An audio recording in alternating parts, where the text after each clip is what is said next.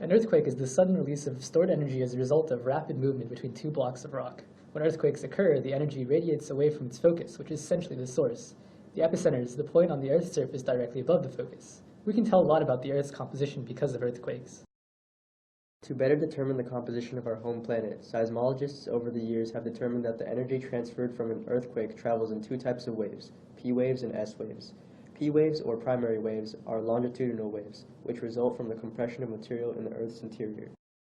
S waves, on the other hand, are transverse waves, which displace material perpendicular to the direction of travel. These waves travel through the Earth's interior, which, depending on the layer, will travel at different speeds. P waves can travel through both solids and liquids, but S waves can only travel through solids. This distinction has allowed scientists to determine the various densities and composition of the Earth. Because of this, some basic facts about Earth's structure are considered common knowledge. For example, most people are familiar with the fact that the Earth's outer core is liquid.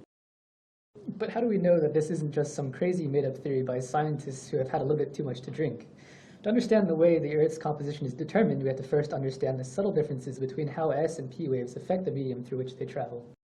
S waves apply shear forces. Shear forces are unaligned forces that act on different parts of the body.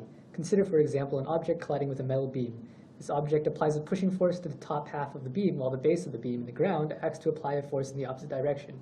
These forces together are considered shear forces, in this case causing a crack or a fault in the center of the beam.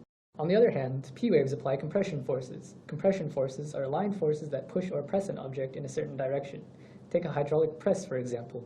By applying a pushing force to both the top and bottom of a rubber duck, the rubber duck becomes compressed and therefore crushed.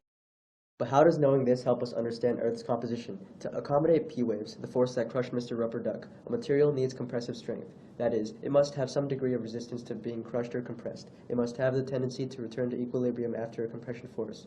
Atoms of a solid and liquid tend to resist such displacement and therefore are considered to have compressive strength. To accommodate S waves, or shear forces, a material needs shear strength, or a tendency to resist shear forces.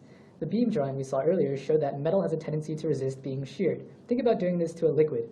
Applying force in one direction on the water and a force in another direction is easy to do, and the liquid does not resist such motion. We can intuitively see here that liquids do not have any shear strength. This means that if an earthquake happens, the S waves push material perpendicular to the direction of travel. The waves will travel easily through solids and will be picked up by a seismograph, but through liquids, they will dissipate very quickly. In fact, this is exactly how scientists determined the outer core is liquid. By noticing that there were certain zones where the S waves did not propagate through, they were able to determine with great certainty the density and composition of Earth. And since we now know the science behind it, we too can be certain. Created using Powtoon.